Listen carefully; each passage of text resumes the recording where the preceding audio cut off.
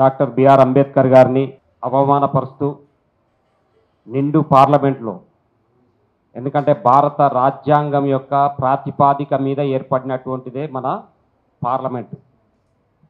అదే భారత రాజ్యాంగం మీ ప్రాతిపాదికనే ఎంపికైనటువంటి వ్యక్తి ఎంపీ ఆయన. అంతేకాదు అదే రాజ్యాంగం మీద ప్రమాణం చేసినటువంటి వ్యక్తి అమిత్ షా. అంటే ఏ రాజ్యాంగాన్ని అయితే అంబేద్కర్ తయారు చేశాడో దాని మీద ఏర్పడి ఉన్నటువంటి వ్యవస్థలో ఉండి ఇంత దుర్మార్గంగా మీరు అంబేద్కర్ పేరును స్మరిస్తూ ఉన్నారు అని చెప్పేసి అవహేళన చేయడం, అంబేద్కర్ పేరును అవహేళన చేయడం.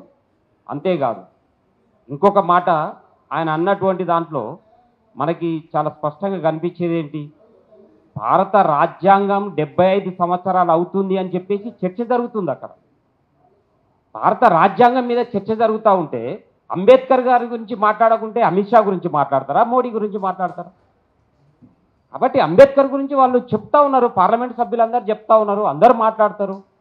కాబట్టి అలాంటి దాన్ని జీర్ణించుకోలేక, అంటే అంబేద్కర్ పేరును వినడానికే వాళ్ళు సిద్ధంగా లేరు. ఎందుకంటే వాళ్ళు గతంలో చట్టాలు చేశారు, మనవాద చట్టాలు. ఏమని? వేదాలు వింటే శూద్రుల యొక్క చెవులలో సీసం పొయ్యాలి అని చెప్పేసి చట్టాలు చేసుకున్నారు.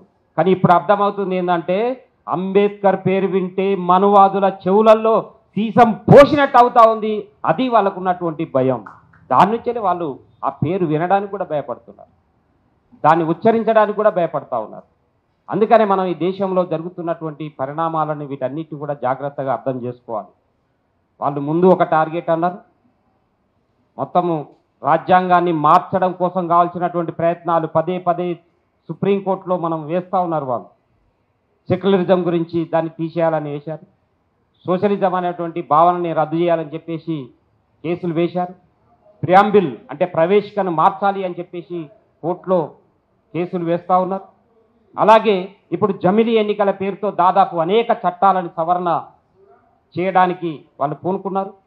గతంలో భారత రాజ్యాంగం పౌరసత్వానికి సంబంధించినటువంటి మతం ప్రాతిపాదిక లేనటువంటి దాంట్లో మతం ప్రాతిపాదికగా పౌరసత్వం ఇచ్చేటువంటి చట్టాన్ని తీసుకొచ్చి సమానత్వము అనేటువంటి భావన ఏదైతే రాజ్యాంగం చెప్పిందో సమానత్వ భావనకి పాతరేసి గతంలో కులాల ఆధారంగా పౌరసత్వం ఉంటే ఇప్పుడు మతాల ఆధారంగా కూడా దాన్ని పౌరసత్వం అనేటువంటి దాన్ని జోడించడం కోసం కుట్ర చేశారు.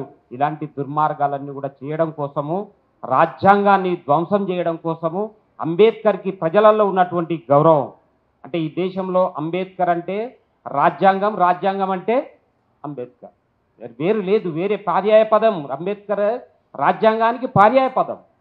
అట్లా ఉన్నటువంటి పేరును లేకుండా చేయడం ద్వారా రాజ్యాంగం మీద జరిగేటువంటి దాడికి దారి సుగమం చేసుకోవచ్చు అని చెప్పేసి వాళ్ళ యొక్క ప్రయత్నం.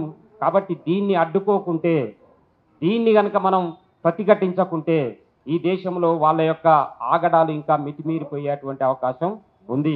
కాబట్టి దీన్ని ప్రజలలోకి విస్తృతంగా తీసుకెళ్ళాలి, ప్రజలలో చర్చనీయాంశం చేయాలి. చర్చనీయాంశం చేయడం ద్వారా ఈ యొక్క మనవాదుల యొక్క ఎత్తుగడలని, మనవాదుల యొక్క పన్నాగాలని ప్రజల ముందు బహిర్గతం చేయాల్సినటువంటి అవసరం ఉంది. ఇప్పుడు మనం ఈ జరిగినటువంటి ఘటన కంటే ముందు మనం కొంత క్రొనాలజీ మనం చూడాలి.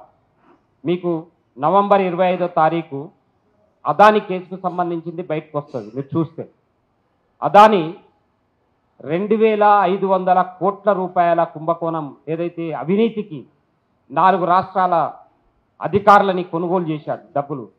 ఎందుకంటే దాదాపు 18,000 కోట్ల రూపాయల కుంభకోణం, సౌర విద్యుత్ కుంభకోణం. దానికి 2500 కోట్ల రూపాయలు అధికారులకు ఇచ్చాడు అని చెప్పేసి అమెరికాలో కేసు అయింది. అయితే ఈ అమెరికాలో కేసు అయిన దాని గురించి వాళ్ళకు చర్చ చేయట్లేదు, దాని గురించి మాట్లాడకూడదు అని అనుకున్నప్పుడు గతంలో లేని జమిలీ ఎన్నికలకు సంబంధించింది వెనక్కి తీసుకున్నారు. ముందు దాంట్లో పార్లమెంటు దాంట్లో లేవు, ప్రొసీడింగ్స్లో లేదు, లేని దాన్ని మళ్ళీ పెట్టారు. పెట్టి జమిలీ ఎన్నికలకు సంబంధించి జమిలీ ఎన్నికల ఎప్పుడైతే ఇష్యూ ముందుకు వచ్చిందో రాజ్యాంగం పైన చర్చ కూడా ముందుకు వచ్చేసింది. రాజ్యాంగం మీద చర్చ ముందుకు వచ్చినప్పుడు రాజ్యాంగం మీద చర్చ జరిగితే రాజ్యాంగం పైన బీజేపీ చేస్తున్నటువంటి దాడి బయటికి వస్తుంది, రాజ్యాంగంలో ఉన్నటువంటి అనేక విలువైనటువంటి అంశాలు బయటకు వస్తాయి. ఇది ప్రజలందరికీ రాజ్యాంగం మీద గురించి తెలుస్తుంది అని చెప్పి మళ్ళీ అంబేద్కర్ పైన దాడి మొదలు పెట్టేశారు. అంటే రాజ్యాంగాన్ని ఇచ్చేసి దాన్ని అందులో ఉన్నటువంటి అంశాలు చర్చ జరగకుండా చేయడం కోసం మళ్ళీ ఇదొక కొత్త దాడి తీసుకొచ్చారు. ఇప్పుడు అంబేద్కర్ దీన్ని మళ్ళీ సైడ్ ట్రాక్ చేయడం కోసం ఏం చేశారు, మళ్ళీ ఎంపీల తలలకు దెబ్బలు తగిలినాయట. వాళ్ళని చూస్తే ముందుగాల చూస్తే ఒకటి చిన్నగా ఇట్లా స్టిక్కర్ వేసి ఉంటుంది, ఇప్పుడు చూస్తే తలకు మొత్తం కట్టారు. ఇంకా బ్రెయిన్ ఆపరేషన్ చేస్తారేమో.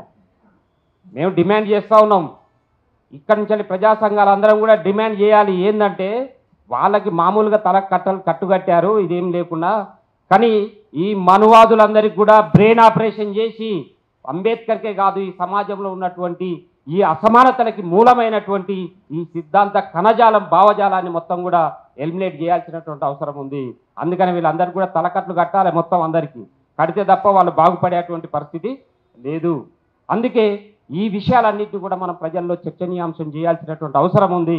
దానికోసం ఆవాజుగా మేము కూడా ఈ ప్రజా సంఘాలన్నీ కూడా కలిసి రేపు రాబోయేటువంటి కాలంలో ఏవైతే 3 ప్రతిపాదనలు పెట్టాడో వాటిపైన కలిసి పనిచేయడానికి మేము సిద్ధంగా ఉంటామని చెప్పేసి తెలియజేస్తూ ఈ అవకాశం ఇచ్చినందుకు ధన్యవాదాలు తెలుపుతూ నేను సెలవు తీసుకుంటా ఉన్నాను.